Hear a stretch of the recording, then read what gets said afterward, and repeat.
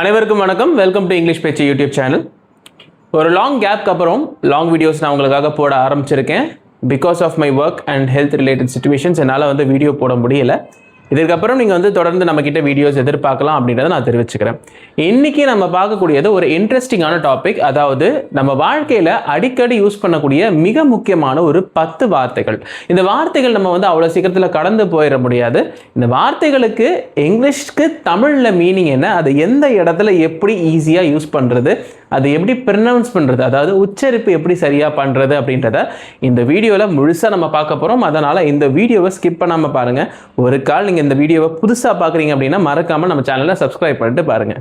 வீடியோக்குள்ளே போகலாமா? முதல்ல ரியலி. ரியலி அப்படின்றதனுடைய தமிழாக்கம் என்ன? உண்மையாகவா, உண்மையாகவா,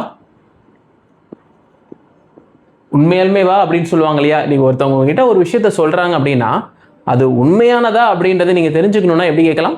ரியலி. அது நீங்கள் எப்படி கேட்கணும்? ரியலி, நீ சொல்கிறது உண்மையிலுமே சரிதானா அப்படின்றது தான் ரியலி அப்படின்றது. அந்த ரியலி அப்படின்ற ஒரு வார்த்தைக்குள்ளேயே நீங்கள் அந்த விஷயத்துடைய நம்பகத்தன்மையை தெரிஞ்சுக்க விரும்புகிறீங்க அப்படின்றத சொல்லப்படக்கூடியவங்களுக்கு எளிதாக புரிஞ்சிடும். இப்போ உங்கள் முன்னாடி ஒரு பர்சன் பேசிகிட்டு இருக்காங்க, அவங்க பேசக்கூடிய கருத்து உண்மையிலுமே ஆமாவா, மெய்யாலுமேவா, இல்லை உண்மையாலுமேவா, எப்படி சொன்னாலும் அதுக்கு இங்கிலீஷில் ரியலி அப்படின்ற ஒரே ஒரு கேள்வி மூலிமா நீங்கள் முடிச்சிடலாம். உண்மையாவா, உண்மையாகவா, ரியலி அப்படின்னு சொல்லிட்டு கேட்டிங்கன்னா அந்த கேள்வியினுடைய அர்த்தமானது முழுமையடைந்துவிடும். அடுத்து are you serious? are you serious? இது சீரியஸாக தான் நீ சொல்கிறியா? தீவிரமாக தான் இது இந்த விஷயத்துக்கு அவ்வளோ தீவிரமானதாக இருக்கா? தீவிரம், சீரியஸ்ன்றது என்னது? தீவிரம்.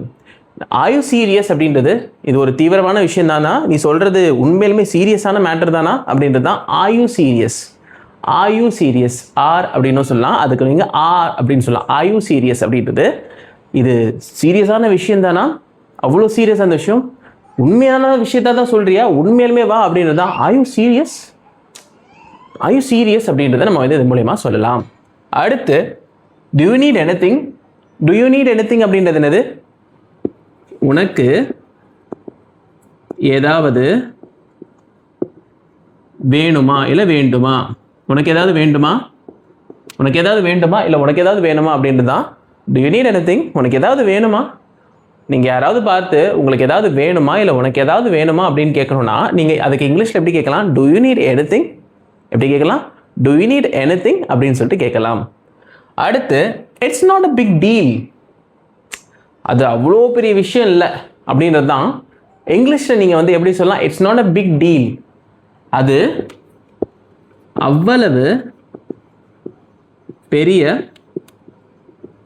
விஷயம் அல்ல. அது அவ்வளோ பெரிய விஷயம் இல்லைப்பா, இல்லை அல்ல, நீங்கள் எப்படி வேணாலும் யூஸ் பண்ணிக்கலாம். அது அவ்வளோ பெரிய விஷயம் இல்லை அப்படின்றது தான் it's not a big deal அப்படின்றது. எப்படி சொல்லலாம்? It's not a big deal. Big டீல்னா ஒரு பெரிய டீல், அது அவ்வளோ பெரிய விஷயம் இல்லை அப்படின்றது தான் it's not a big deal அப்படின்றது.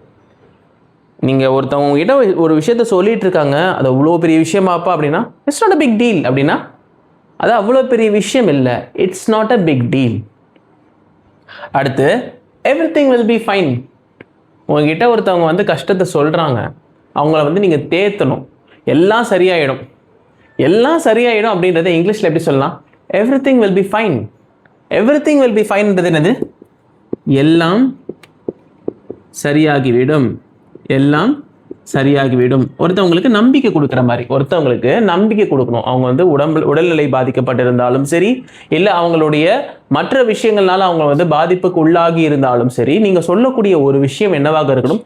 எல்லாம் சரியாகிவிடும். அதை எப்படி இங்கிலீஷில் சொல்லலாம்? Everything will be fine. Everything அப்படின்னா எல்லாமே, எல்லாம் சரியாயிடும். எவ்ரிதிங் வில் பி ஃபைன்னா எல்லாம் சரியாகிவிடும் அப்படின்றது அர்த்தம். அடுத்து ஐ am here for you. I am here for you அப்படின்றது என்னன்னா, ஒருத்தவங்க கிட்ட நான் உனக்காக இருக்கேன், கவலைப்படாதப்பா நான் இருக்கேன் உனக்கு அப்படின்றத நீங்கள் இங்கிலீஷில் எப்படி தெரியப்படுத்துவீங்க? I am here for you, நான் உனக்காக இருக்கேன், நீ கவலைப்படாத அப்படின்றத எப்படி சொல்லுவீங்க? I am here for you. I am here for you, நான் இருக்கேன் உனக்கு அப்படின்றீங்க இல்லையா? நான் இருக்கேன் உனக்கு, சிம்பிளாக நான் இருக்கேன் உனக்கு அப்படின்றது தான் ஐ am here for you. Don't worry, நீங்கள் இதோட சேர்த்து டோன்ட் வரியும் போட்டுக்கலாம். டோன்ட் வரி அப்படின்னா என்னது? கவலைப்படாதே, கவலைப்படாதே. ஐ எம் ஹியர் ஃபார் யூ அப்படின்னா நான் உனக்காக இருக்கேன். ஐ எம் ஹியர் ஃபார் யூன்றது என்னது? நான் உனக்காக இருக்கேன். கூடவே சேர்ந்து கவலைப்படாத அப்படின்றது டோன்ட் வரி. இல்லைங்க இப்படியும் சொல்லலாம், don't worry I am here for you. கவலைப்படாத நான் உனக்காக இருக்கேன். Don't worry I am here for யூனா கவலைப்படாத நான் உனக்காக இருக்கேன் அப்படின்றது அர்த்தம். அடுத்து ஸ்டே ஸ்ட்ராங். ஸ்டே ஸ்ட்ராங் அப்படின்னா என்னது? வலிமையாக இரு, இல்லை ஸ்ட்ராங்கா இரு. வலிமையாக இரு, தைரியமா இரு, இல்லை வலிமையாக இரு, எப்படி வேணாலும் சொல்லலாம். தைரியமா இரு அப்படின்றதும் சொல்லலாம். வலிமையா இருப்பா, தைரியமா இருப்பா, இது ரெண்டுத்தும் ஸ்டே ஸ்ட்ராங் அப்படின்ற அந்த ஒரு வார்த்தைகளை தான் குறிக்கும். ஸ்டே ஸ்ட்ராங் அப்படின்றது தைரியமா இரு அல்லது வலிமையாக இரு அப்படின்னு சொல்லலாம். அடுத்து that sounds good. That sounds good அப்படின்றது என்னது? நீங்க சொல்ற விஷயம் இருக்கு இல்லையா, நல்லா இருக்கு, கேட்க நல்லா இருக்கு அப்படின்றது எப்படி சொல்லலாம்? தட் சவுண்ட்ஸ் குட் அப்படின்னு சொல்லலாம். That sounds good. இப்போ உதாரணத்துக்கு ஹவ் ஆர் யூ அப்படின்னா நீங்கள் எப்படி இருக்கீங்க? ஐ am fine, I am fine. How are you அப்படின்னு திருப்பி கேட்பாங்க அப்படின்னா, இல்லை வாட் அபவுட் யூ உங்களை திருப்பி பார்த்து கேட்குறாங்கன்னா ஐ ஆம் குட், ஐ ஆம் கிரேட் அப்படின்னு சொல்கிறீங்கன்னா அதுக்கு எதிர்த்து இருக்கக்கூடிய ஆள் எப்படி சொல்லலாம்னா தட் சவுண்ட்ஸ் குட். நீ ரொம்ப நல்லா இருக்கு அப்படின்னு ஒருத்தவங்க சொல்லிட்டாங்க அப்படின்னா அவங்கள பார்த்து நீங்கள் என்ன சொல்லலாம்? பா கேட்கவே நல்லா இருக்குப்பா. தட் சவுண்ட்ஸ் குட்னா கேட்கவே நன்றாக இருக்கிறது, கேட்கவே நன்றாக இருக்கிறது அப்படின்றது தான் என்னது? That sounds good. கேட்கவே நல்லா இருக்குப்பா அப்படின்றது தான் தட் சவுண்ட்ஸ் குட் அப்படின்றது. தட் சவுண்ட்ஸ் குட் அப்படின்றது கேட்கவே நல்லா இருக்கு அப்படின்றது தான். அடுத்து லெட் மீ செக். இந்த லெட் மீ செக் அப்படின்றது என்ன அப்படின்னு பார்த்தோன்னா, இருங்க நான் பார்க்குறேன். லெட் மீ செக் அப்படின்றது என்னது? பொறுங்க நான் பார்க்குறேன் அப்படின்றது தான் என்னது? லெட் மீ செக் அப்படின்றது. லெட் மீ செக் அதாவது உங்களுக்கு இந்த நேரம் இருக்கா, இன்னும் டைம் இருக்கா, இல்லை நீங்கள் ஒருத்தவங்க கிட்ட வந்து உறுதிப்படுத்தணும் அப்படின்னா இருங்க பார்த்துட்டு சொல்கிறேன். லெட் மீ செக், இருங்க பார்த்துட்டு சொல்கிறேன், இருங்க பார்த்துட்டு சொல்கிறேன்,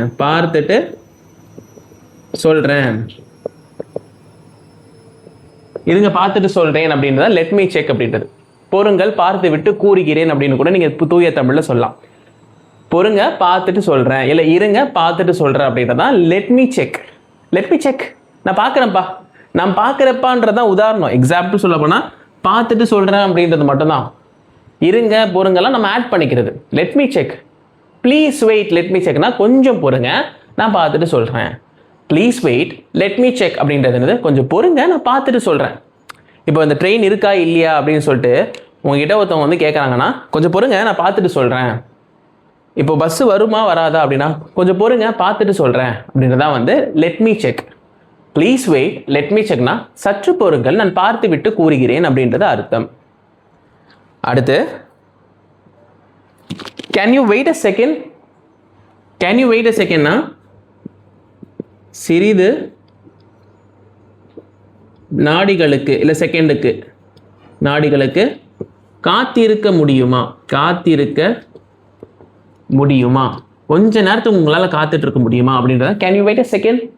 ஒரு செகண்ட்னா ஒரு செகண்ட்லேயே முடிய போகிறது கிடையாது. பட் ஆனால் நம்ம வார்த்தையில் சொல்லும்போது ஒரு செகண்ட் இருப்பா அப்படின்றாங்களா, can you wait a second அப்படின்னு சொல்லிட்டு சொல்லலாம்.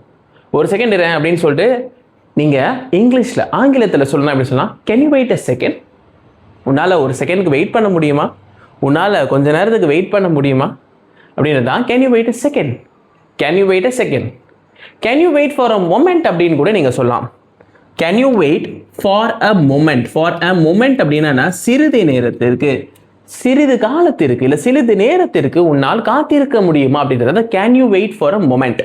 Can you wait for a மொமெண்ட்னா ஒரு குறிப்பிட்ட நேரத்துக்கு உன்னால் வெயிட் பண்ணியிருக்க முடியுமா அப்படின்னு தான் can you wait for a moment. இல்லை can you wait for some moment அப்படின்றது சிறிது நேரத்துக்கு உன்னால் காத்திருக்க முடியுமா அப்படின்றது.